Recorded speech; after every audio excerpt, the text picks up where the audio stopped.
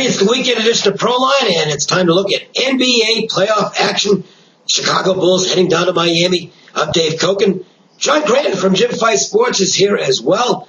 We've also got some good stuff to tell you about as far as what's available online for both Jim and myself. I'll let you know first off, I'm going to have 2 games on Saturday, 2 more on Sunday. That's 4 games.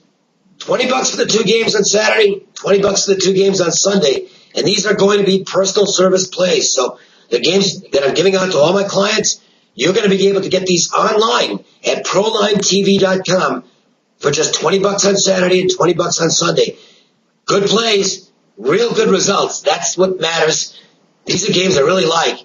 So make sure to go to ProlineTV.com both today and tomorrow to get these weekend dynamite doubleheaders on Saturday and Sunday. John, what's Jim got going? Jim will have plays all weekend long in both baseball and basketball. And for this game that we're going to talk about, Jim has the side on it, and it will be available right online. All right. And that's at ProlineTV.com as well. So make sure and check it out. And a reminder that you can get my free daily plays on tape at 1-888-712-6800 or via text message. Just text Koken, C-O-K-I-N, to 313131. Okay. Let's look at the matchup between Miami and Chicago. And Miami got handled in the first game, and all I heard afterwards was, and I won't say I didn't fall into this trap a little bit myself. Boy, this looks like it could be a tough matchup for Miami. Well, maybe it still is, but it sure wasn't in Game 2. And Udonis Haslem was a huge key in this basketball game for Miami. He's not going to be the big guy in the stat sheet, but his presence on the court was enormous. He's been out all year with injury. He gives them a physical presence and kind of just a high character type of guy on the court who really gets it. I mean, he doesn't mind playing the supporting cast role, and he just strengthens their overall roster considerably. It's not just the big 3 when Haslem's on the court. So, Miami's going to be tough at this point. But I got to tell you, John, anybody who thinks Chicago's just going to roll over after blowing the second game, no chance. They're going to come ready to play in this basketball game. I said that I thought both series would be a series of adjustments where you get a punch and then a counter punch. I think these teams are all real close. So my belief is that what you saw in Game 1 and then didn't see in Game 2, you might see again in Game 3. The Bulls know what the Heat want to do now in terms of the style of play they want to play. Well, the Bulls are going to try and counteract that by doing something else. And these are two. Well, I know Spoelstra came in for a lot of heat early, but he's done a pretty good job with them when it's counted.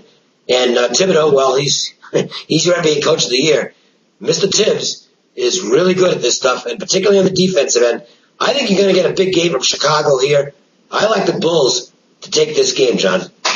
Yeah, there's 2 things that stand out that I'm going to watch very closely for this game. One is obvious, and that's physical play and defense, which kind of go together. And the other thing is confidence. Now, first with the physical play, Haslem, like you mentioned, he was just an amazing force in that first game. And he even did appear quite a bit in the stat sheet. I mean, the guy only played 23 minutes in that game, and there was concern that he might not even play at all this series. Yeah.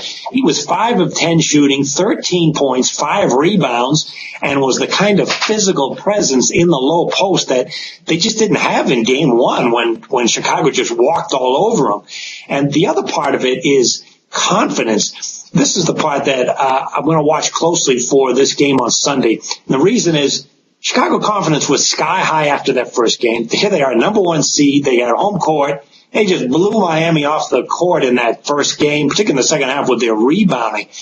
And then that second game, boy, it was a tight defensive game. Their offense wasn't there. And then down the stretch in that fourth quarter, Miami, the young team, just like Chicago, made the big plays, and Chicago didn't. I wonder about their confidence for this game. Now, with respect to the defense, Miami's defense relies on, they rely on gambling more defensively than the Chicago system. Chicago relies on funneling the ball handler right toward the help.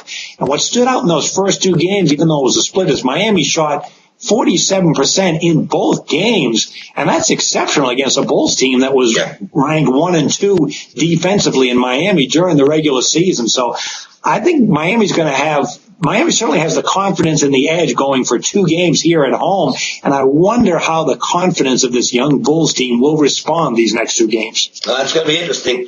Personally, I look at it and say, hey, wait a minute. That's the first time Miami's beaten them all year long. So I don't think Chicago's going to say, wow, those guys are really good. I think Chicago's going to be thinking to themselves, you know what, we had a bad game. Let's get right back to it and see what we can do. Miami, however, they're the team that needed the confidence boost because they hadn't done well against Chicago. They got it in game 2. I think we're going to start to see this series really take off. Not that it's been bad the first 2 games, but I don't know. They haven't been electrifying games to me.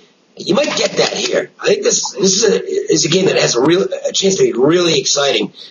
Maybe not, I'm not talking about 120 to 118 type of exciting, but gritty, tense, a game where every possession down the stretch is really big. This is the one I think that's going to be, obviously it's a pivotal game for both teams, but I think it's going to be fought that way, and I just get the sense this is a game that we're going to see go to the wire. Yeah, if you look at the overall trends, you got 11-4 under the total when these teams meet going back several years. And no doubt that pace is going to continue, a slower defensive pace, particularly in the second half. You'll notice these first 2 games, there was actually a lot of scoring in the first half, and then it was just completely opposite in the second half of both games. A couple of trends that stand out, though. One is positive for Chicago as a road underdog, 27-11. And notice this about Miami. When they play 3 days rest or more, they're 1-4 against the spread That's interesting. Yeah, and that's hard to figure, too, because they're such a young team. You would think that wouldn't make any difference. But if you remember the Boston series just one ago, they won the first 2 games, and then they had a long layoff, which certainly helped the Celtics, an older team. And Celtics blew them out in that game 3. And here's another situation where it's a long layoff for Miami, and against the spread, they just have not been very good in those situations. One thing to maybe offset that, it's a long layoff that will help Udonis Haslem, because he has to be sore coming out of that first game. That's the most minutes he's played in a long time because of the injury. And for him to get this much time between games, I think is a plus. I wonder how, had this been a situation where they were going, just back and forth every other day, I don't know how much of an impact he'd have here. But because Chicago-Miami is the marquee series, and the network obviously wanted that for the Sunday game, it got flipped. Oklahoma City-Dallas got the less prime time, if you will, in terms of getting the Saturday day, and the big game, at least in terms of the market size and likely the ratings, is on Sunday. Well, I'm going to take the Bulls plus the points in this game. John, it sounds like you're looking at the under. Is that what I'm reading? I'll go ahead and take a shot with Miami, even though it is a little bit high. And one thing that I did notice that last game was Miami does have more offensive options that they can go to, and Chicago relies solely on Rose. I mean, in game 2, Miami had 4 double-digit scorers. Chicago had only 2. That's something that strategically it's going to be up to this coaching staff to try and make adjustments for Chicago. But I would lean toward the confidence factor being in Miami's favor right now. So I see them getting a win in this game.